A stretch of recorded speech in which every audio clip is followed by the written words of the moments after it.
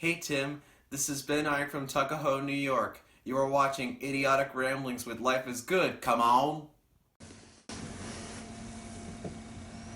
Are we recording? It says no. Got a little camera light up there. I don't know that we were recording.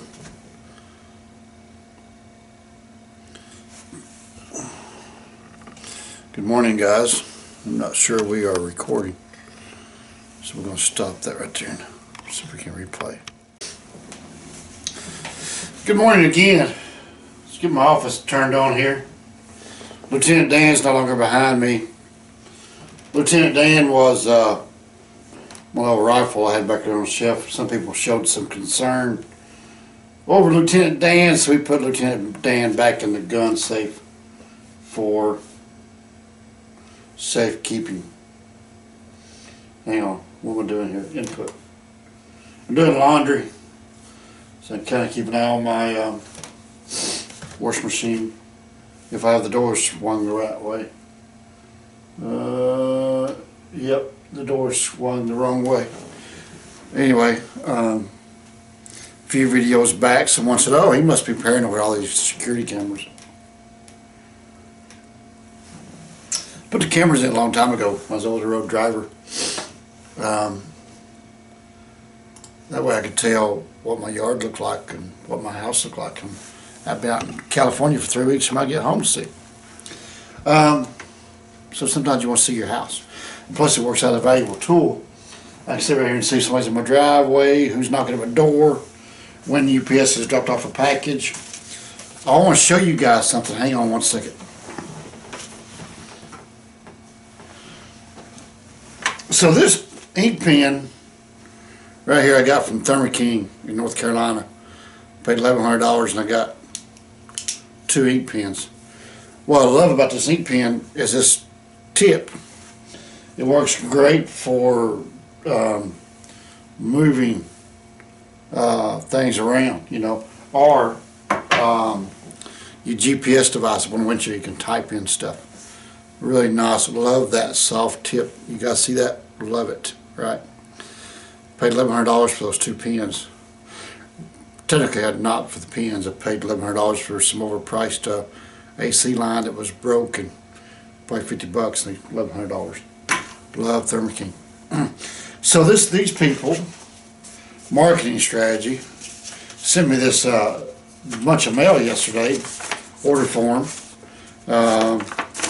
with brilliant. Anyway, so it's a pen, and they got the color. I don't know, just look at the draw, because they offer a bunch of different colors. They got taupe, which is the sample color, purple, red, black, blue, green, are assorted. And your ink color you can do black or blue. But it says Gorley Trucking right there on it. You got a little stamp right here. It says 6. See that emblem?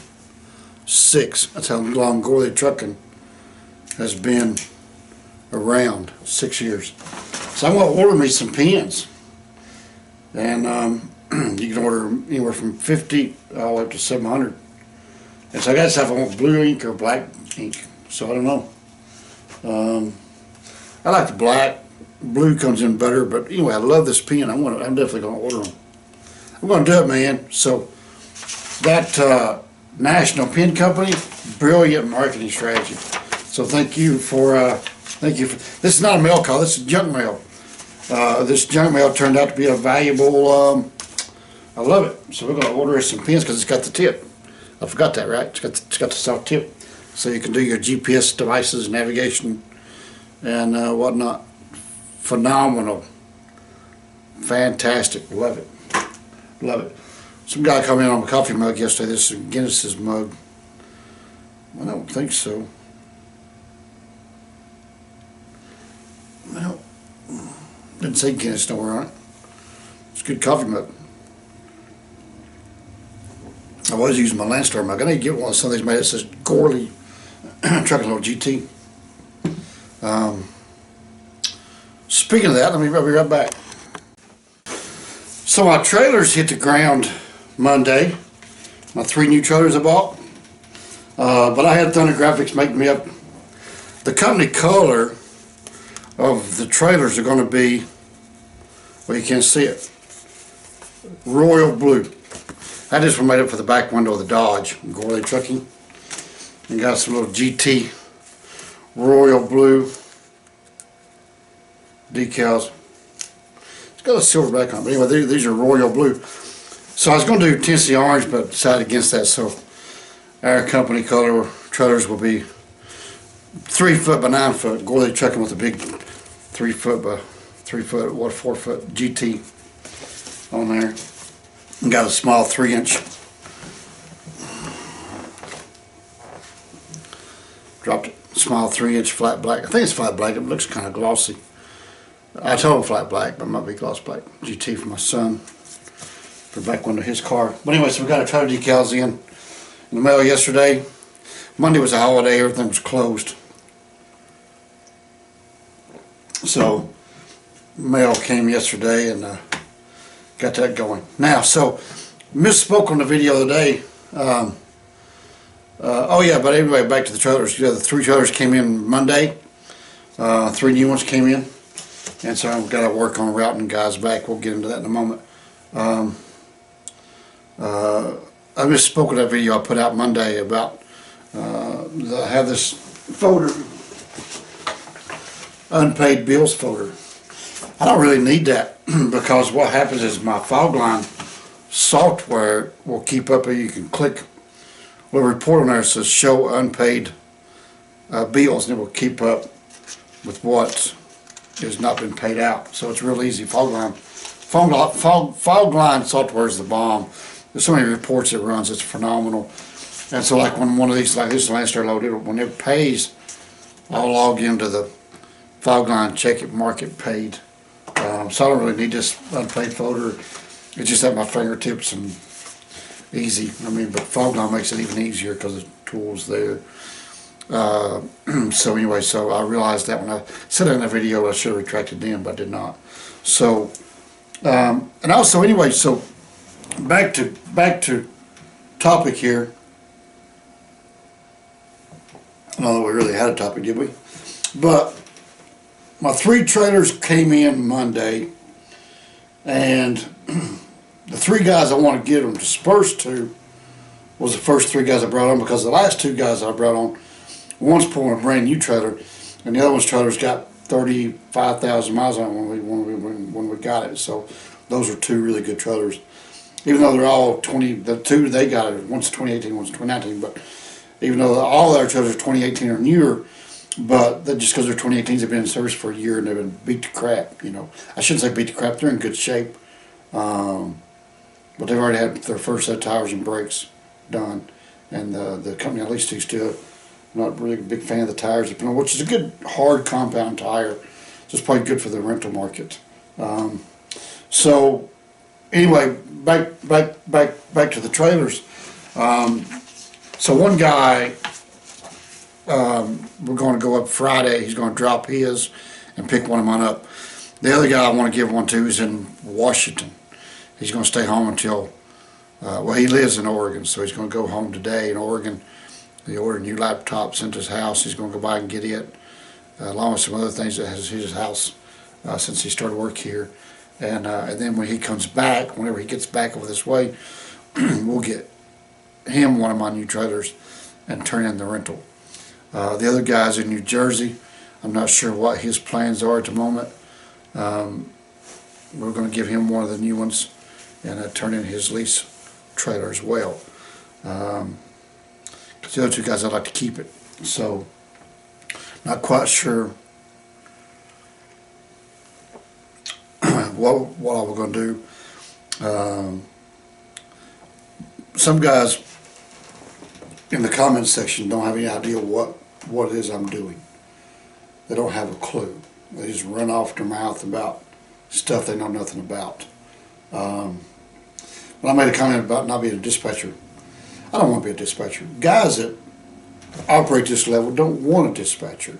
This is not a lease purchase program or a lease deal like Prime Schneider or War or whatever. This is the big boy world right up there with say, Landstar, okay? Guys, when you go to Landstar, you don't get a dispatcher. You don't get squat. You got this big, massive corporation of 9,000 plus owner-operators. You get a guy in an office that don't have no squat about trucking. You probably some kid out of college, one guy, because he's a Windows Excel professional, and he got a desk computer job, you know. And you call him, well, what do you think about going to Detroit, Michigan for load? He ain't got a bloody clue. He can look at his, he probably might have stats on his end. Oh yeah, we run 150 loads a week out of Detroit. That's all he knows. He doesn't know about the rates. He doesn't know about the lanes. He doesn't know about where it goes. He doesn't know about he doesn't know anything other than data on his computer. So you don't get personal based knowledge from that corporation. Take Mercer, for example. You go to Mercer, you get a coordinator, but that coordinator has never driven a truck. They've never been in the truck. They know how to see freight on a computer and know what they move. There's a big difference, guys. You don't understand there's a huge difference, right? You also, if you go somewhere like Traveloco, you think Eddie's ever looked at a load board in his life? Doubt it. So there's a lot of advantages to whatever. I'm not getting into this debate. I don't have to get into this debate because the guys that I've got on know. They came to me for that reason. They know the difference. The next 5 guys I bring on, they know. I got a lot of guys who want to come to me because they want that one-on-one. But I'm not dispatch service, okay? I don't want to be a dispatch service. I'm just a valuable tool at your disposal to help you if we can work together and communicate. You know, I kind of stepped into one guy's life this week. His revenue, everybody's revenue is down, okay?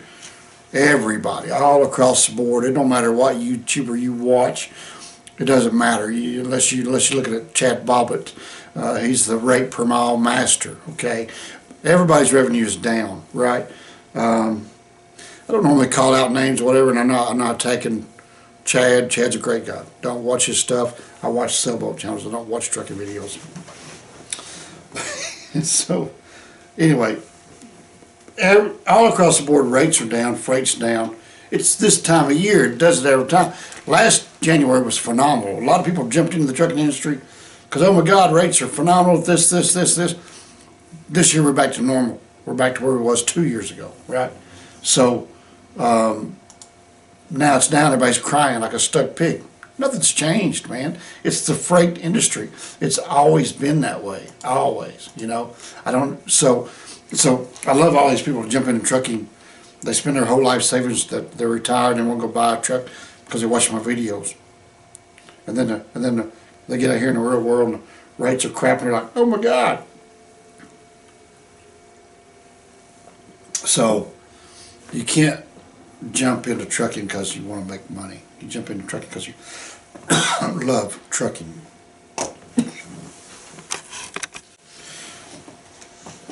So anyway, so yes, so rates are down, freight's down. It's that way all the time. So when you take guys that's not real experienced into DAT load boards, self-dispatching, it's not DAT, we got them all. Landstar, DAT, Uber, JB Hunt, Convoy, Coyote, XPO has one, CH Robinson, a lot of boards to look at. So it's a lot, it's a big undertaking. Freight's down, you don't know where to go. You know, I'm not a big fan of the Georgia market. I got a guy going to Georgia today. He doesn't have one booked out yet. I looked at a few yesterday through his way, got a little kickback. I'm like, you know what, dude, I'm not dispatching, okay, I'm not. I try to help, but sometimes my help's not well received, and so I'm just like, okay, fine. You know, I'm the type of person. I don't put up with the controversy. You know, you push back. Okay, dude, whatever. I sit back and let you do your thing. You know, I got a woman, she walks out the front door and closes it, and she was a little huffy when she closed it and she left. I'm not calling her. Well, when are you coming back? What are you doing? Bye-bye. You know, I don't need it. Don't need it. Don't have to put up with it. Don't deal with it. Fine, you know. You either insert yourself into my life or you don't. Problem solved. I don't chase anybody. I'm my own mother, okay, or my own sister. You walk out, you don't call me, have a nice life, okay? Same with anybody, male, female. You know, I mean, I used to tie a pork chop around my neck so my friends play with me. I don't no longer put the pork chop around my neck because I don't longer, so I don't have the friends. So, got sidetracked on that one, didn't I? But the point being is I had one of my drivers that I needed to go to Nashville get a trailer with me. His revenue's been kind of low, as everyone's, but and it's probably lower than what they were normally making because this is a new adventure, bad time of year. When you go from being a company driver making $1.30 a mile and they're busting your butt 3,500 miles a week and you think you're doing something because you're doing 3,500 miles at $1.30 a mile, you're like, oh my God, we're doing something. Boy, you're really not. And then you come here and you're doing 1,500, 2,000 miles and I don't have that data to back that up, so I'm not even going to go there. But anyway, so this guy's revenue was low. It was really low this week. My point of view is I like to make $1,000 to $1,100 a day gross to the truck. Gross to the truck a day. That's why I like to see the truck average. The truck does an average $1,000 to $1,100 a day gross. I'm not doing my job adequately. I'm not doing what I'm not doing my full potential. And we're talking dry box freight, guys. We're not talking RGN. We're not talking reefers. We're not talking flatbeds. We're not talking step deck. Different markets. If you don't know the markets, then don't even chime into this conversation in the comments because, well, my truck does 3,000. Well, that's great. Okay, that's great. I know some RGN guys that does $25,000 to $30,000 in 5 to 6 days, and they only do that twice a month. Fantastic. We're pulling dry box. We're talking dry box lanes. So if I can't gross $1,000, $1,100 a day, I feel like I wasted my time.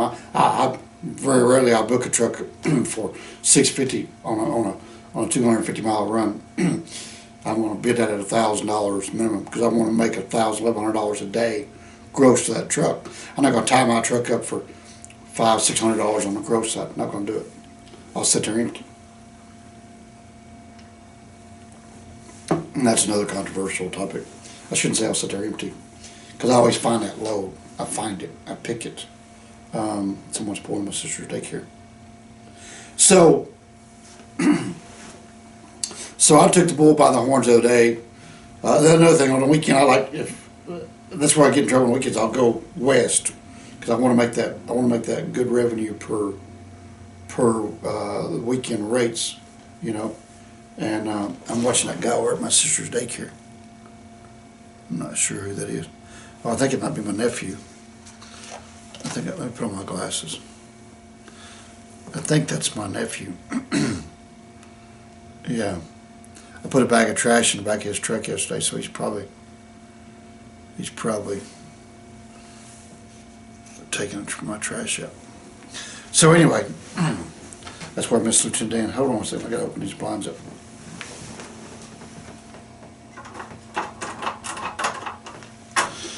There was another good benefit about Lieutenant Dan is that I could snipe from here, be the protector of the kids at daycare. Okay, so welcome back. So that's exactly what happened. It was not my nephew. Sorry for the excitement. I turned this computer monitor off now. I can't get the camera back on. So it was not my nephew that parked over there. It was not really an intruder, but a stranger. So we, hang on, get this thing back to working.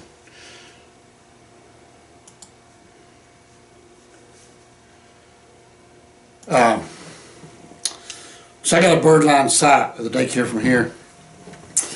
No one pulls up there. This guy backed in right beside the building, got out of the vehicle and walked past the building. I thought it was my nephew, and it was not my nephew, so I went and cleared the property with my trusty flashlight. So called the law, 2 cars showed up and we checked the property, cleared the building, address came back. I think this guy lives down the road a piece, probably broke down and parked his vehicle there. So you can never be too careful during this day and time. Not paranoid at all, just protecting my stuff here. So you got now the pickup truck's leaving. That's interesting. Now I wonder, because the cops are gone, I wonder if he was hid in the woods. Interesting. I'm going to call my sister. I'll be right back again. Holy smokes, can't make a video right here. Okay, so nope. He snuck back in his vehicle and left, so I got my sister calling an emergency number to the sheriff's department, see if they'll give us some info. But I think he might have been hid in a bush somewhere. And once all the cops left and I left, he got back in the vehicle and left. So people are crazy in this world anymore, you know. So any of you guys remember, if any of you people on my social media, that's where they parked and stole my dad's lawnmower. Because my dad lives there as well, right next door. See, we all live right here. And so someone parked there and got my dad's lawnmower. With these cameras that we got, we were able to identify the perpetrator and get my dad's mower back. So you guys can call it paranoia, whatever you want to call it. Don't come around here messing with stuff. It's not a good outcome. So anyway, so back to where we were at earlier in the video before we got interrupted by whatever that was. So I needed my trailer picked up. My sister's texting me. So the guy had a pretty low week last week, and I stepped in to find him a load. This was before I knew my trailers were coming in. Found him a load coming out of Arkansas going to Jacksonville, Florida, paying good money. I say good money. It was $2.45 a mile, which is higher than what it's been running. My math might be a few pennies off, but it was north of $2, north of $2.25. Might have been $2.39, $2.49. I don't know how to really run the numbers. But he's like, Jacksonville, Florida. I'm like, yeah, I know. So I had all this pressure on me all weekend on Monday. What we're going to get out of Jacksonville. I mean, I called on a bunch of loads. Freight down there's $1 a mile. And I laughed. Who's hauling this crap for $1 a mile? I don't know how you run a truck for that. I know what's running it and who's running it. But anyway, so then I got a call on Monday. My trailers came in.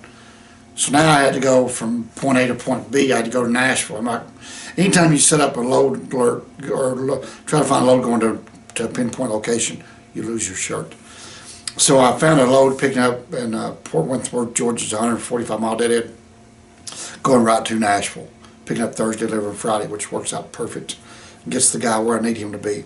It's a little bit lower rate than I would normally haul for, but it's way north of $1 a mile. But it's a lot lower. It's a little bit lower rate than what I would run my truck for. So I will chip in the compensation for that and get the revenue per mile back up there because I need him to go get my trailer. So got him right out of Jacksonville, Florida, there in Nashville, get my trailer, and then I was sitting there playing on Uber last night, and I found some loads back to back, and I texted him. I'm not a dispatcher. They don't want a dispatcher. We need to clear that up. We need to reinstate that every time. I am not a dispatcher, and they do not want a dispatcher. They're operating at a different level some of you guys cannot comprehend. So I found some loads, Uber.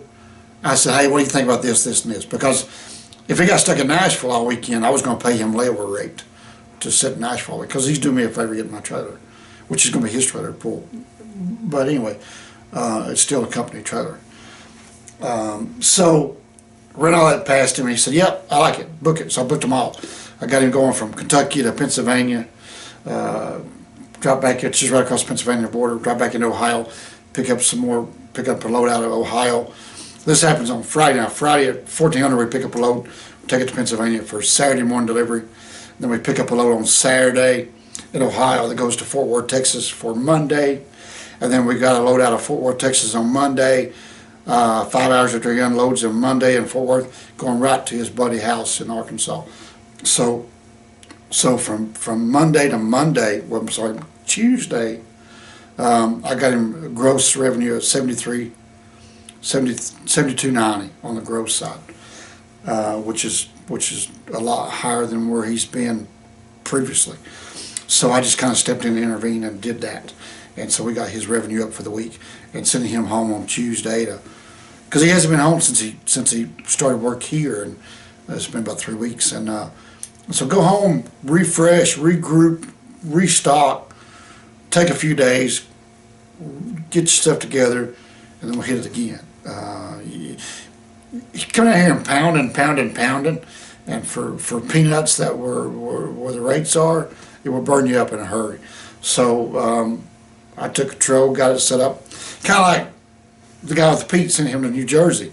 He was going to deadhead home. I found him a load. Just like the other guy with the Prius that wanted to go to Montana to see his son for Christmas. I found him a load going. So sometimes you can step in, help a guy out, and that's what you get with me. That's the benefits. But again, I'm not a dispatcher. I don't want to dispatch. I don't want to be a dispatcher. Not doing it. But I'm here to help if you need it. That's the beautiful part of coming to me versus going to the big box Landstar. Also, the $12,000 a year that I paid, you think Landstar's going to pay that for you? No. You think Travelocal's going to pay that for you? No. Mercer? No. F2F? No. No one out there offers the package I offer, okay? No one. You guys want to fuss about this, fuss about that? Well, okay. I can bring you in at 85% and you cover everything. We can do that. If you're hung up on percentage, cool, dude. Bring it. We'll run percentage all day long. Because when you go to Landstar and pay that 65%, well, then you can do all the dollar for paying you, $1.75 to move it, your workman's comp, your unladen liability, your car. I mean, it all adds up. Do the math. Do the math. But anyway, I got off on a tangent there. So that's about all I know. I was just sitting here doing, getting my day started and doing a neighborhood watch program there. Come in. Come on. So anyway, yep. Got 3 trailers brand new on the ground. Got 5 leased. That gives me 8. I got room for growth. Probably won't grow. If you're interested in a job, and you got your act together, and you have your own trailer, fantastic. You got load board experience, fantastic. I'll take Landstar guys in a heartbeat. If you've been Landstar 2 or 3 years, and you're tired of the nickel and dime, call Gorley Trucking. Check out GorleyTrucking.com. Shoot me an email, something. Let's make it happen. But I'm no longer. I'm not ready to add anyone right off the side, but I might add one. I could do 3 right now. I just don't want to. I want to stay at the 5 I got. I'm not 100% sure I got 5 at the moment, but I want to remain at 5 for a while. But I might add one. So, with the right person, get in contact with me. If you got your ducks in a row, you got your wits about you, you got load board experience, you got a clean MVR, you got current order. I'm not getting into all this detail. GorleyTrucking.com. Anyway, I got off on a tangent, didn't we? Woo, Lord have mercy. Anyway, we got to call a couple drivers. I got a driver rolling. I want to have a talk with him. Not a talk with him, but see how his day's going, if he needs anything, find out what's going on, and see what his strategy is for today. He unloads down there in Georgia today, and kind of get a game plan. See if I can help him, because he's driving. I'm sitting here. I can be a valuable asset. I'm not a dispatcher, but I can be a valuable asset. So anyway, you guys got to understand the difference in a dispatcher and what I am. A dispatcher tells you where to go, when to do it, and what to do it. He don't give you a choice of a load. He'll book you $1.25 a mile load because he don't give a rip, right? I know what it costs you to operate your truck, and I know what it costs you to operate that truck after my percentage, right? So I know where to send you, where not to send you. A dispatcher don't care. His goal is to move that load at whatever cost. He doesn't care about you. He only cares about his load, not you. I care about you, right? You come first. But anyway, you don't come to me for dispatching. That's not why we're here. We're here to work together, teamwork. So if that offended some guys in that other video, I'm sorry. It is what it is. Oh, you're going to lose your... I'm not going to lose anything. I'm not going to ruin anything. We're owner-operators. Different ball game. But anyway, so I got my door fixed now. I can see my laundry. See my washing machine there? Keep an eye on my laundry. Keep an eye on my doors. Front door, back door, side doors. We're good. Come in. We're going to go back to working now. Put my spectacles back on. So thanks for watching, guys. You have a great day. Happy hump day. Reminds me of that camel. What day is it? Alright, we're out. See you. You're watching Idiotic Ramblings with Life is Good. Keep the wheels turning and the chicken lights burning. Come on. Oh, and don't forget your high-speed chicken feed there, Roger.